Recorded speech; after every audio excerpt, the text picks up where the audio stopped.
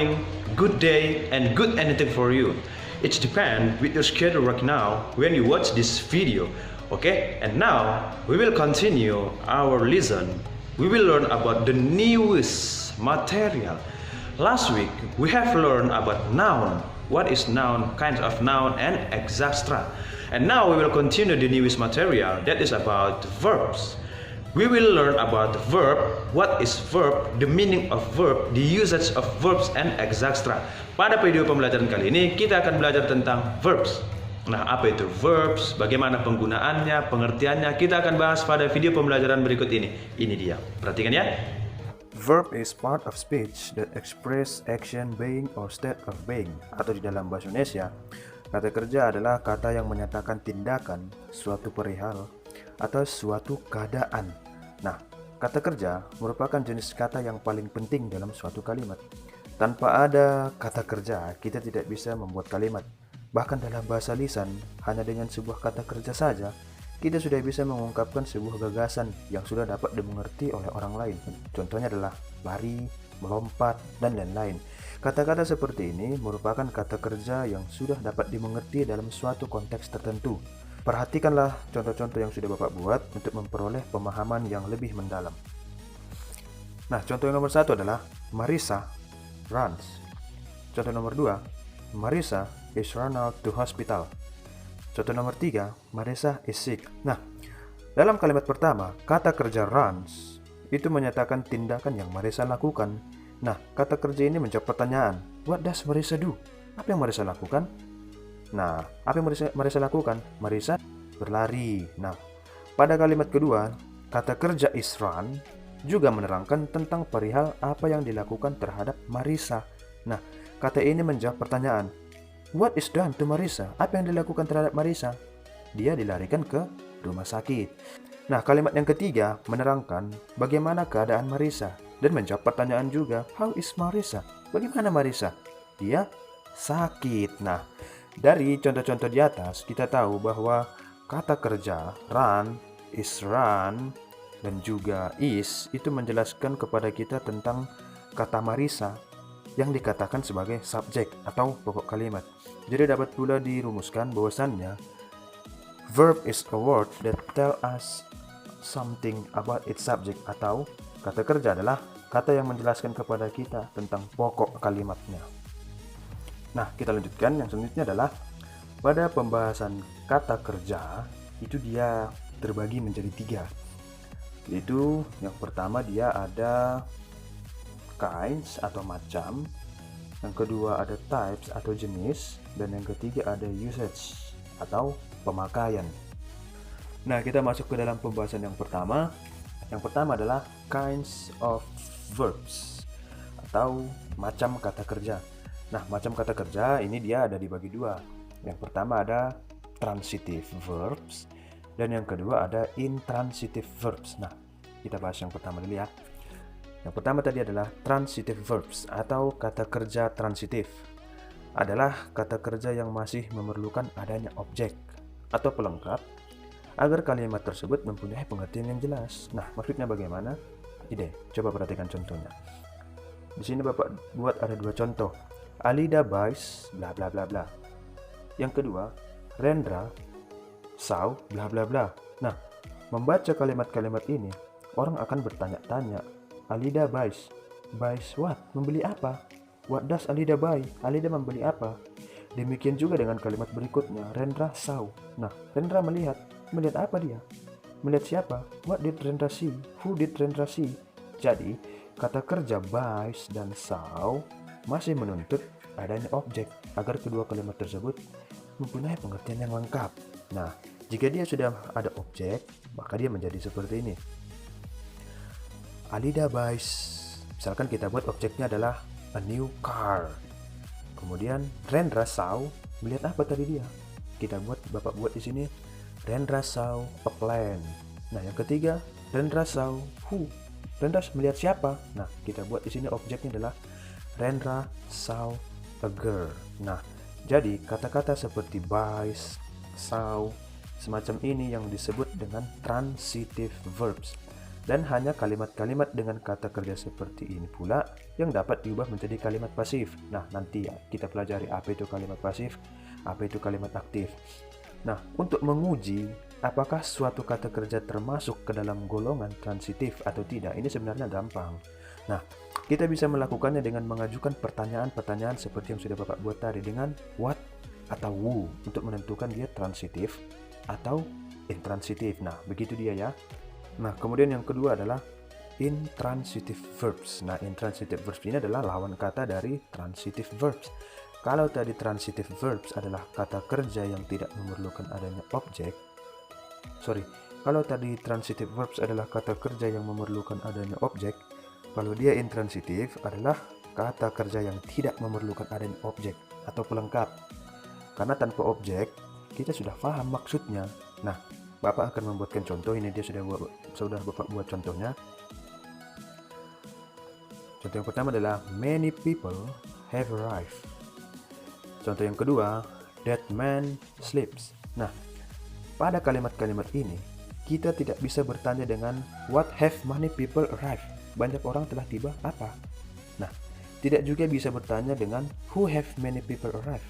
Banyak orang telah tiba siapa? Demikian pula dengan kalimat berikutnya. Kita tidak bisa bertanya dengan what atau who does that man sleep. Pria itu tidur apa? Siapa? Nah, itu kita tidak bisa tentukan. Jadi kata-kata seperti arrive, sleeps, inilah yang disebut intransitive verbs. Nah, perlu dicatat pula ya. Perlu kalian ketahui bahwasannya kalimat dengan kata kerja ini tidak bisa dan tidak mungkin diubah menjadi kalimat bentuk pasif. Nah, kata kerja jenis ini hanya sedikit sekali jumlahnya, sebab umumnya sebagian besar kalimat selalu menggunakan transitive verbs kebanyakan. Nah, namun ternyata kan ada pula beberapa kata kerja yang dapat berfungsi ganda, yakni dapat digunakan sebagai transitif dan juga dapat digunakan sebagai intransitif sekaligus dalam suatu kalimat. Nah, ini dia contohnya Bapak buat. Contoh yang pertama adalah birds fly. Contoh yang kedua, the pilots fly the plane. Kata kerja fly dalam kalimat satu, itu kita tidak perlu lagi yang namanya objek. Kenapa? Karena dia sudah membentuk suatu pengertian yang lengkap. Nah, oleh karenanya dia termasuk ke dalam kategori intransitive verbs. Kan tidak mungkin lagi kita masukkan objek di belakang kata kerja fly. Birds fly apa? Nah, tidak perlu. Yang penting sudah birds fly, burung terbang. Nah, sedangkan dalam kalimat yang kedua, kata kerja fly itu dia masih memiliki objek. Objeknya adalah the planes. Nah, kita bisa bertanya seperti ini. What do the pilots fly? Nah, pilot-pilot itu menerbangkan apa? Jawabannya adalah pesawat. Nah, jadi fly dalam hal ini dia berfungsi sebagai transitive verb karena masih memerlukan objek untuk melengkapi pengertian kalimat tersebut. Bayangin coba pada kalimat kedua, jika tidak ada objeknya, maka jadi the pilots fly, maka jadi pilot terbang. Nah, kan nggak mungkin pilot terbang, maka perlu adanya objek. Objeknya kita buat di sini biasanya pilot menerbangkan sebuah pesawat. Nah, begitu dia, mudah kan? Nah, yang selanjutnya adalah ada verbs of incomplete predication atau linking verbs atau kata kerja dari predikat yang tidak lengkap. Nah, kata kerja yang tidak murni atau intransitif dalam arti masih memerlukan hadirnya kata lain meskipun bukan objek. Kan biasanya tadi kan kita perlukan objek. Nah, ini dia meskipun dia bukan objek. Gunanya untuk membuat suatu kalimat bisa dimengerti. Untuk memperoleh pemahaman yang jelas, Bapak sudah membuat contohnya, perhatikan. My father arrived. Yang kedua, my father looks sad. Nah, kedua kata kerja dalam kalimat ini adalah intransitif. Bedanya, kalimat pertama dia sudah memiliki pengertian yang lengkap meskipun tanpa objek, ya kan? Perhatikan, ayah saya datang. Nah, nggak perlu lagi kita buat ayah saya datang. Apa kita buat? Walaupun tanpa objek, kita bisa mengerti artinya ya. Ayah saya datang. Nah, pada kalimat yang kedua, kita tidak memperoleh pengertian yang lengkap seandainya kita katakan my father looks. Ayah saya terlihat. Terlihat apa? Kan nggak jelas. Ayah saya terlihat loh. Terlihat apa? Jadi, Kata saat diperlukan untuk membuat kata kerja intransitif looks memiliki arti yang lengkap. Nah, jadi kata kerja intransitif yang semacam ini dalam bahasa Inggris disebutlah dia dengan verbs of incomplete predication atau linking verbs. Sedangkan kata saat itu menduduki jabatan sebagai complement of verb atau pelengkap kata kerja. Nah, jadi kalian harus dapat membedakan secara jelas pengertian antara objek dan komplement. Yang menjadi komplement itu biasanya berupa kata benda atau noun atau kata sifat juga bisa. Sedangkan objek itu adalah suatu kalimat yang selalu kata benda atau kata lain yang berfungsi sebagai kata benda yang dikenai atau terkena suatu tindakan itu. Gitu dia. Nah, Bapak akan buat perbedaan antara objek dan juga komplement supaya kalian tidak bingung. Pada contoh yang pertama yang Bapak buat, ini Bapak buat ada 2 contoh. Marina tastes the soup.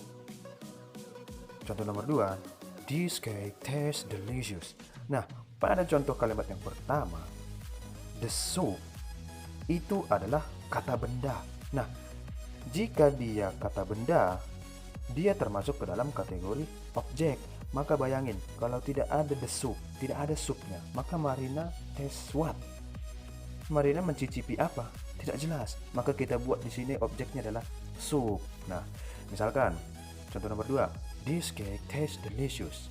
Nah, pada contoh nomor 2 ini dia bukanlah objek, tetapi komplement. Ingat, yang menjadi komplement biasanya berupa kata benda atau kata sifat. Nah, di sini delicious adalah kata sifat yang artinya enak. Rasanya sangat enak. Nah, itulah perbedaan antara objek dan juga komplement. Sederhana ya. Tadi apa? Kalau dia misalkan objek, itu adalah suatu kalimat selalu kata benda atau kata lain yang berfungsi sebagai kata benda yang dikenai tindakan itu. Sedangkan kalau dia komplement, itu biasanya berupa kata benda, noun, atau kata sifat, adjektif. Nah, itu dia. Nah, cukup sekian video pembelajaran kita pada pertemuan kali ini. Untuk pembahasan seperti types atau jenis dan juga usage atau pemakaian, kita akan bahas pada pertemuan-pertemuan berikutnya. Cukup sekian, bye-bye.